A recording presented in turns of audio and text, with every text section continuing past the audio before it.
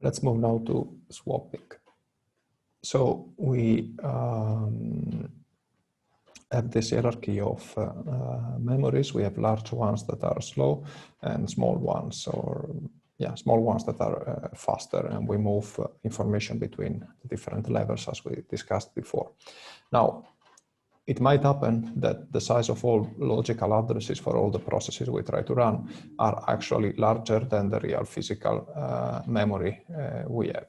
Okay, you can have a lot of programs that are stored on disk, and if you were to execute all of them at the same time, and maybe many instances of them at the same time, you might end up having less actual physical memory than the one you need. So swapping here refers to the task of taking a process or parts of a process, this will become clearer in the next lecture, from the main memory and store them back to disk, and then from disk put them back in memory when they are needed. This is what swapping refers to, okay? So we say that we swap out a process or parts of a process when we move them from the main memory to the disk, and we swap in them when we take them from the disk back to the memory. Now, the concept is pretty simple, at least at this stage. We will see that it will get a bit more complicated when we discuss virtual memory in the next lecture. But even at this point, you can start thinking about questions like which processes can we swap, how much time does it take, when does it make sense to use swapping, and so on. If you remember what we discussed some lectures ago when we had this image here showing the process control block of different processes, and we said the operating system keeps them in different queues.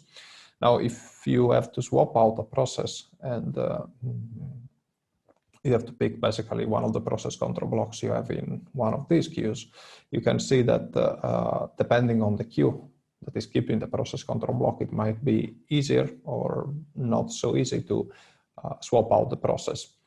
If they are in the ready queue, for example, you know, they are not running, they are not waiting for anything, so it's the ideal case. You can just put them back to disk if you need space, and that's basically it.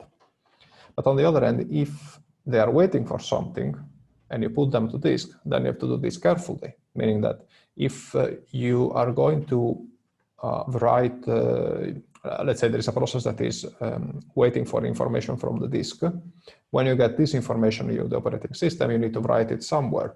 So if you decide to write it directly in the memory of the process, then you cannot really swap the process out, or at least you need to pay attention, because if you swap it out and you put another process there, then you cannot write in that process the data you got from the disk. This, of course, would violate basic principle of security and correctness and so on.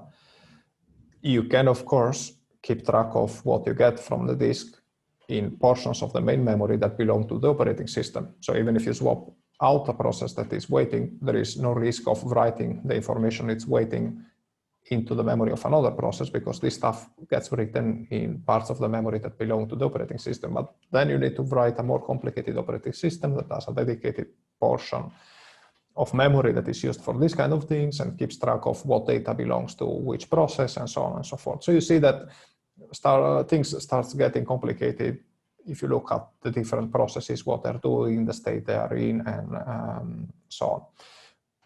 Of course, you also have to think about the time it takes, and you can imagine that it's a slow operation because it involves the disk. If you have a process that is 100 megabytes, you can transfer data of 50 megabytes per second, which is slow, of course, now for a modern SSD disk, but you can imagine that maybe you have some disk that you need to reach through the network. So if you have something like this, which is sort of reasonable, not fantastic, but still reasonable, you see that it takes 2 seconds to swap out a process. And if you have to swap the process back, then it's another 2 seconds. So 4 seconds, it's basically an eternity from the perspective of the CPU and the speed at which the processes are being context switched by the operating system. And of course, these are optimistic measures, because you don't really know if during these 4 seconds, you have to do other things. The operating system has to context switch other processes require access to input-output. Maybe other processes have higher priorities, which means that their request will be prioritized and so on. So these 4 seconds, which is already a lot, it's the best case. In practice, it can even be worse than this. So as we will see, you want to minimize the time it takes to swap out processes, and actually we don't really swap out any entire processes. We do only swapping of parts of them. But again, this we will discuss with virtual memory. And of course, there are rules about when you swap out and in. So if you take Unix and all modern operating systems, you see that basically it's only when you pass certain thresholds that you will activate and deactivate the swapping. You don't do this if it's not really needed. And as I mentioned already too many times at this point, we will see how this is actually done with virtual memory. We will see there are very smart ways to deal with the swapping.